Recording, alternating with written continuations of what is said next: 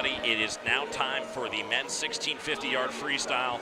I'm Emery Johnson, and now alongside of me from Las Positas College, Ahmed Zaid. How are you doing today?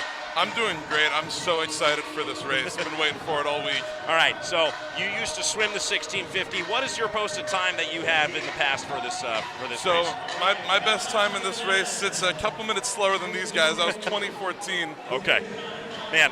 Yeah, and when you're looking at this lineup top to bottom, these guys are posting 16-minute scores throughout this season. That's what their average, not their average, but that's what their top scores are in terms of what has been an official score.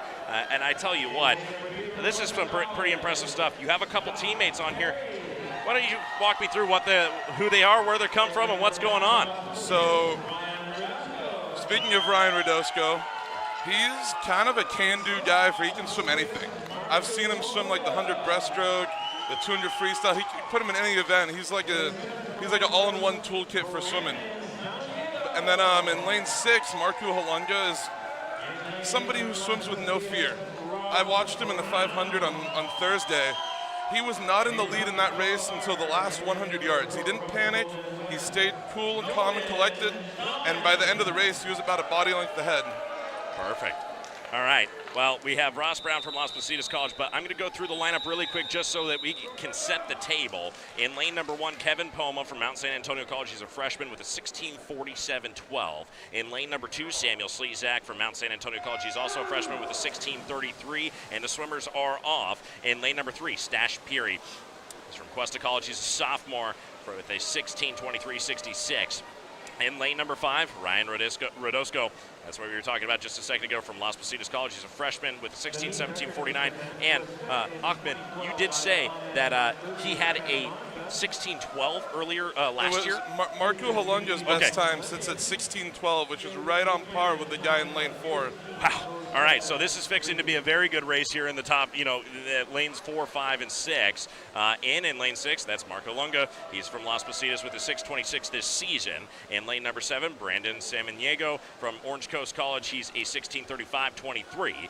And Ross Brown, from a sophomore from Las Positas College with a 16:50.43. Finally, in lane number 4, Nolan Choman. He's been a big name this weekend. He's raced the heck out of this pool.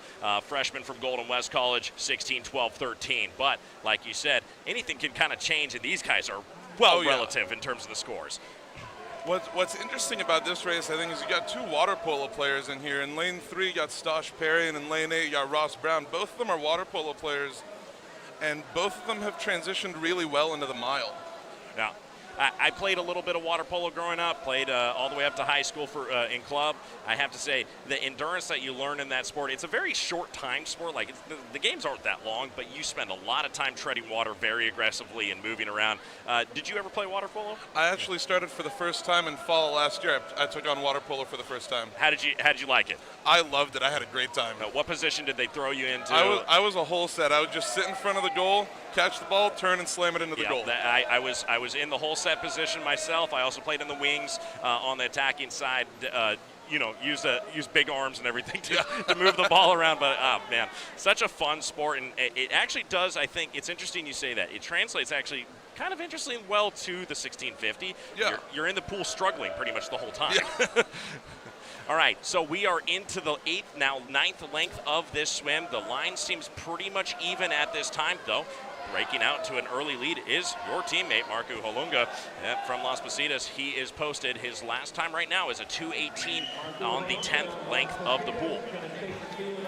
He tends to kind of just go. Does he? He has like one speed that he sticks to. His best time up until a few months ago in the 200 freestyle came in the first 200 of his 500 freestyle. Oh my goodness. He just kind of has one speed that he sticks to and goes with it. And it was something we had talked about, me and Adam, earlier on the women's side of this race is, man, this race is all about being consistent and knowing what your game is in terms of you're swimming a fast half or a slower half in the beginning, then going to a faster pace. Talk about a little bit. What is the mindset that these guys are kind of bringing into this first portion of the race? We're almost a quarter of the way through here, but it's 66 lengths of the pool. I think a lot of the guys tend to separate it as 3 500s. You think of it as 3 500s and then a short little sprint at the end of a 150. Okay, yes. So usually they try to build into that first 500 and establish a pace that they can hold. The second one, they hold that pace, and then the third one, they start to build up faster for that last little sprint at the end. And we were talking a little bit earlier as well about the use of your legs and when you're kicking. Is there a strategy to where you start actually emphasizing the back end of your stroke when you're going to be kicking to add a little more speed to your pace? I definitely think so. I think in that first 500, maybe even the first 1,000, you kind of want to have like a 2-beat kick, nothing crazy, but just enough that your legs are moving. And then you start to build it into that third 500. And then most of the time you'll see guys the last 6 laps really start to bring in their kick and really motor a lot. All right, well, here is the lineup as it stands right now. We'll go through the first couple places. It's Marco Holunga from Las Positas College. He is holding strong in that first place position. Behind him from Orange Coast College is Brandon Samaniego. And then the next two guys kind of shoulder to shoulder right now is Nolan Chauman and Ryan Radosco. They're holding up. And that's almost like a 3 abreast fight for second place right now. Oh, yeah. I mean, this is a race that I think, barring Marku not being able to hold on, I think it could come down to some hundredths. Really? These guys are all really close. Ryan Radosco especially, he went 16-17 earlier this season. That was not a rested swim when he did that. so he's got a couple more seconds in him for sure. So these guys are definitely well used to the pressure being put on in a tired moment. And, of course, we're on day 3 of this tournament. These guys have already been in the pool quite a bit already. It becomes more of a mental game on this third day. I mean, at my own conference championships, it was a mental day because the first day I didn't swim, second day I did the 400 IM, and third day I did the mile and the 2 fly, and you're exhausted by that point. Oh, yeah. And you just got to fight through it and know that your body can still hold together. Now kind of bumping out to a little bit of a lead there in the second place. You just look down to lane number 7, Brandon Samaniego. He's got a little bit of an edge, but in that 4th lane, Nolan Chauman, he is locked battle shoulder to shoulder. So, and it's just so interesting. Look, now, if you look in lane number 5, Ryan Radosco, he's kind of kicking a little bit more. You see a little more water moving behind his feet. Maybe coach is yelling at him saying, you need to improve your pace a little bit. You're falling off. Is that kind of the type of information you'd be getting while you're in the water there? Well, usually if you see those counters start to shake, it means pick it up, start moving a little bit more, or you'll even see the coaches on the pool deck yelling and moving their fist over at their swimmers. Starting to change quite a little bit. That battle for second place is now solid and locked between Brandon Samaniego and Nolan Chauman.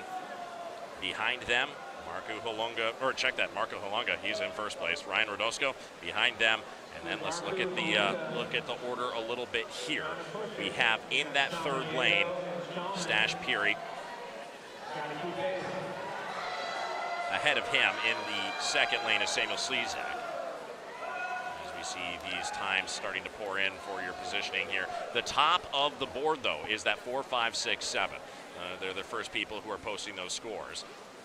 Lane number 2, next to check in. Lane number 3, following.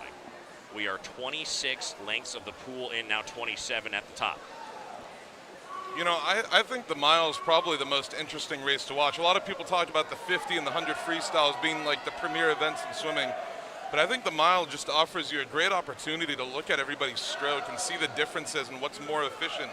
I gotta say, the 50, you blink and it's over. Yeah. You know, it's impressive, I guess, to see people go fast, but at the end of the day, it's just who's the strongest, who can hold their breath the longest. Because I know you're not breathing during the 50. The one event that I can say that I think I really, really enjoy is 100% the butterfly. Maybe the 200 butterfly, really exciting event. I really enjoy watching those guys just push it from just getting that water over their shoulders. But a good 200 butterfly is a thing of beauty. Yeah. Yeah, I mean, that's obviously anybody watching knows all of the Olympians who have gone well before this, and Michael Phelps is famous. There's so many pictures of him just coming over with his shoulders. he had such a beautiful stroke, just able to keep his chin gliding right on the water. It just almost made it look like he was taking a bath in the water while being body lengths ahead of everybody else. All right, well, here's the lineup for now. Still in first place, Marco Holunga. He is being pursued by everybody else in lane 7 and 4. And quickly behind them is Ryan Radosco, so don't think that this race is going anywhere. This is a phase of the race as well. We're 32 lengths in now, 33. We're at the midpoint. Anything can still change. You might have just gone and raced as hard as you could in the first half. Oh, yeah. That second half, this is the grind. This is where things start getting difficult, right? Oh, yeah. I mean, I've seen races. I mean, you think back to the Olympics, you see races where there's guys who are seemingly they've got it locked up. There's no shot that anybody can catch them. And then you've got somebody like Bobby Fink comes in out of nowhere. The last 50 meters just runs him down, goes from 5th to 1st. Right. I've seen that happen so many. I've had that happen to me in the mile. Yeah.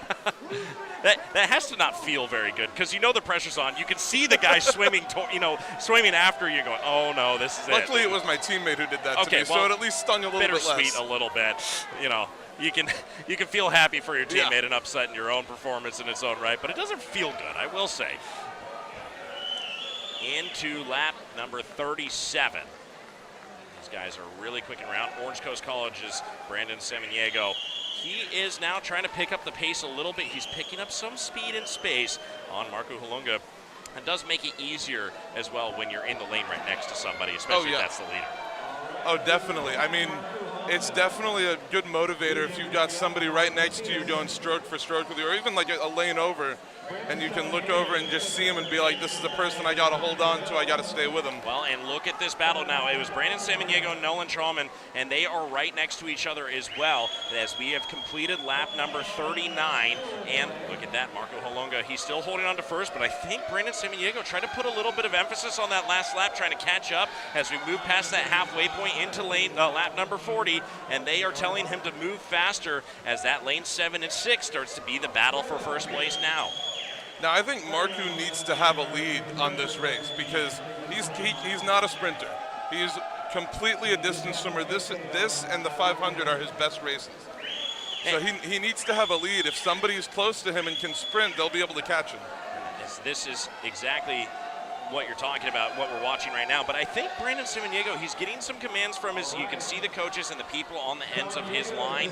They are telling him to push harder as he continues to go forward. You see the 43 sign there at the bottom of lane number 7. It's being shook around. They're definitely trying to get him to move a little bit faster as he comes down. Check that, it's the 43 marker.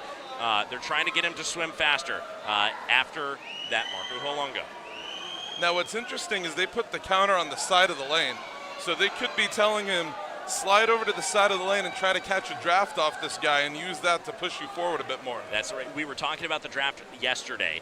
It's something that is definitely important for trying to get a little bit of cleaner water as you're coming through and starting to stride towards that leader. How close do you want to be before you start considering to get into the draft? You typically want to be like no more than a body length. Any more than that and you start to risk having it push you back. So he's definitely got some work to do, is what we're saying here. Into the 47th length of this race. Third place now being held by Stash Peary. Or check that, Nolan Chalman. He's in that 4th lane. Ryan Rodosco also in that fight as well. The current leader time is 11:31:09. And he is cooking at 48 lengths down the pool. He just can go. I mean, I see it in practice every day. I've known him for years, and every time I watch him swim, he finds a pace and sticks with it. And if he builds enough of a lead, there's not really much anybody can do. He is swimming an extremely, and I would like, if you're watching online or here, take a peek at how many strokes he's taking down the length of the pool. My guess would be that he's posting a very, very consistent number, probably back and forth over and over again. Is that generally something that you try to shoot for here? Oh yeah, distance swimmers definitely do a lot of work on stroke count and making sure that when you start to get tired, you can default to that stroke count, try to hold it, and that'll keep your pace and keep you in check. Well, that is 52 lengths of the pool down. Halunga turns and goes towards his 53rd. That next lane coming for him still. Brandon Samaniego.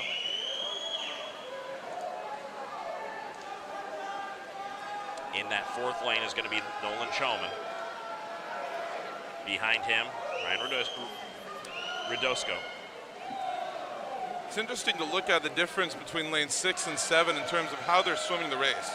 Marco's definitely more of a very arm-driven swimmer, which is to say he doesn't kick very much. But down in lane 7, he's got a little bit of a kick going every once in a while. Yeah, and I think that might be just, again, his coach is screaming. You could see him. The Orange Coast College coaches on the side whistling and hollering. I don't think any other coach is whistling nearly as much right now as he is. He's just trying to get his swimmer to go forward. It can be brutal in a mile. At this point in the race, your body's starting to hurt. You're starting to feel that lack of oxygen. If you're on the pool deck and you can see the swimmers in the water, if they're starting to have a lack of oxygen, their back will get discolored as they're getting, like, they're just exhausted. I am not envious of the position these guys are in right now, I will say. Call me lazy. I loved swimming this race. It was one of my favorite races to swim because it just forces you to be focused. Well, yeah. Go ahead. No, you got it. Well, 58 lengths of the pool completed. I will say, in an agreement here, I boxed when I was in college. When you get into long distance running, it's the same thing. Once you find that thing that you really enjoy doing, we used to go run on the beach with weights in our hands. That was like something, and our coach would tape the weights to your hands. All right, go run 3 miles and come back, and then we'll go do it again. And it's one of those things you start just, at first you hate it, but then you find that groove and you really, really enjoy the competition that you have with your teammates. This is just, man, 61 laps. He's starting to lap some people. Yeah, we're definitely starting to see some laps. Guys getting lapped. The scores are getting a little bit wider spread out.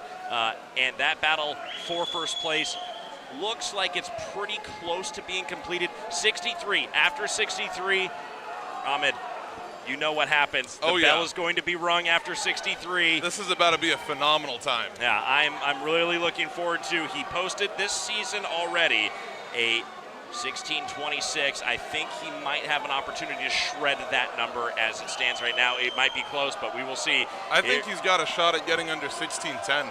Here comes the 63. He's made the turn into the final 150.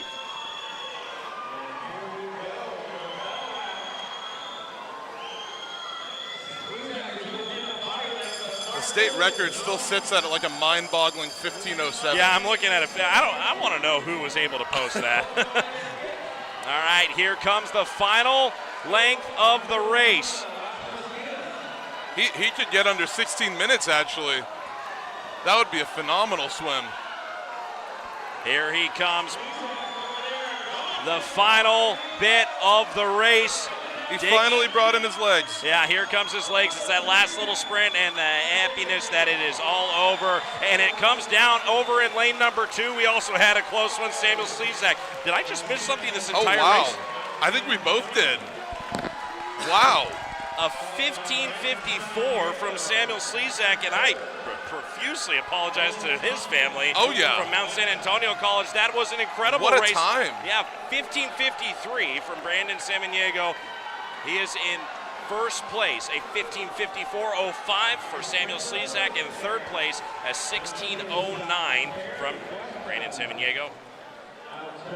And in fourth place, Nolan Chaman. He's at a 16:09. Fifth place, C. Stashberry. He's at a 16:24.09. Sixth place in the fifth lane, Ryan Rodosco. He had a 15:53. Or check that. That's the best time for Ross Brown down in lane 8. Lane number 8, Ross Brown, yeah. That's his last individual swim. Is it really? Yeah. That's it. He's done for the rest of the tournament. Well, he's got the relay later on, but that's it for him individually. All right, well, sophomore from Las Positas College. That's it for him. And finally, the final time in is Kevin Poma from Mount San Antonio College. He had a 17:01.46. That's going to do it for the men's 1650. We are through the marathons of the race. We have a whole bunch of other action coming up. Do you have any final thoughts or any final shout-outs that you want to make, Ahmed? I think that was a phenomenal race. That was such a deep field of swimmers. I mean, to have an entire in the mile, to have a race separated by just over a minute is basically the equivalent of having a 50 freestyle final separated by like a half second. Wow. All right. Well, that's going to do it for us here. We are going to be right back. We have the next events scheduled, our women's 200 and men's 200 backstroke. We'll see you guys in just a few moments. You're watching SoCal College sports coverage of the men's and women's swim and dive state championship.